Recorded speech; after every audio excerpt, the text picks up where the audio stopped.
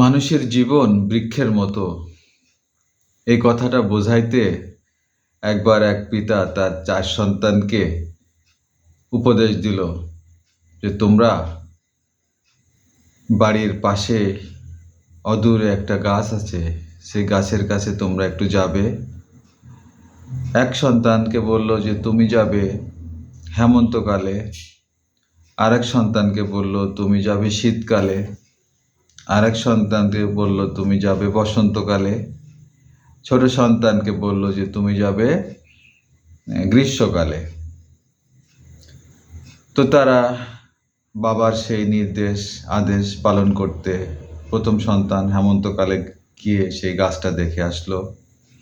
দ্বিতীয় সন্তান গেল হচ্ছে শীতকালে, সে পর্যবেক্ষণ করে আসলো। তৃতীয় সন্তান সে গেল বসন্তকালে। চতুর্থ সন্তান সে গ্রীষ্মকালে গাছটা পর্যবেক্ষণ করে আসার পর তার বাবা তাদেরকে নিয়ে বসলো। সে 4 সন্তানকে নিয়ে এবার বসে বলল যে প্রথম সন্তানকে জিজ্ঞাসা করলো যে তুমি কেমন গাছটি দেখলে? তো সে হেমন্তকালে দেখেছে, সে বলছে গাছটা তো খুবই স্বাভাবিক ছিল, গাছের পাতা ছিল, গাছের ডালপালা, গাছে পাখি বসেছে, পাখির বাসা আছে, সুন্দর, গাছটা ভালো অবস্থায় ছিল। দ্বিতীয় সন্তান শীতকালে যে গেছে, সে বলছে গাছটা তো মরে যাওয়ার কায়দা, গাছটার অবস্থা তো খুব, পাতা নেই, পাতা ঝরে গেছে, গাছের শুধু ডালপালা সার, গাছটা কেমন যেন মৃতবৎ, একেবার তাকে পরিচর্যা না করলে গাছটাকে বাঁচানোই দুষ্কর হয়ে যাবে। তৃতীয় সন্তান সে গেছে বসন্তকালে, সে বলছে গাছটা তো নতুন পাতা গজিয়েছে, নতুন ফুল এসেছে, ফুলে সুগন্ধময় হয়ে গেছে, পুরা গাছের আশপাশ সমস্ত এরিয়া যেন সুগন্ধযুক্ত। চমৎকার গাছটি দেখলাম, কি সুন্দর ঘ্রাণ গাছের নিচে।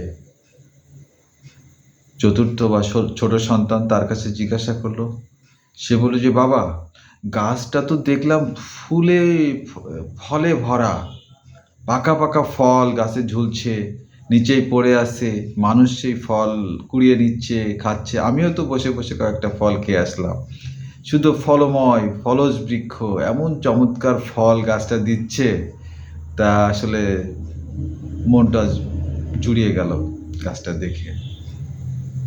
তখন তার বাবা বলল, ঠিক আছে, তোমরা 4 জনে গেছো ওই একই বৃক্ষের নিকট, বিভিন্ন সময়ে ওই বৃক্ষের বিভিন্ন রূপ তোমরা দেখেছ। কখনো দেখেছো বৃক্ষটা ফুলে ফলে ভরা, কখনো দেখেছো বৃক্ষটা মরার মতো আক্রান্ত হয়ে গেছে, পাতা ছেড়ে দিয়েছে, কখনো স্বাভাবিক দেখেছ। মানুষের জীবনও একইভাবে প্রবাহিত হচ্ছে।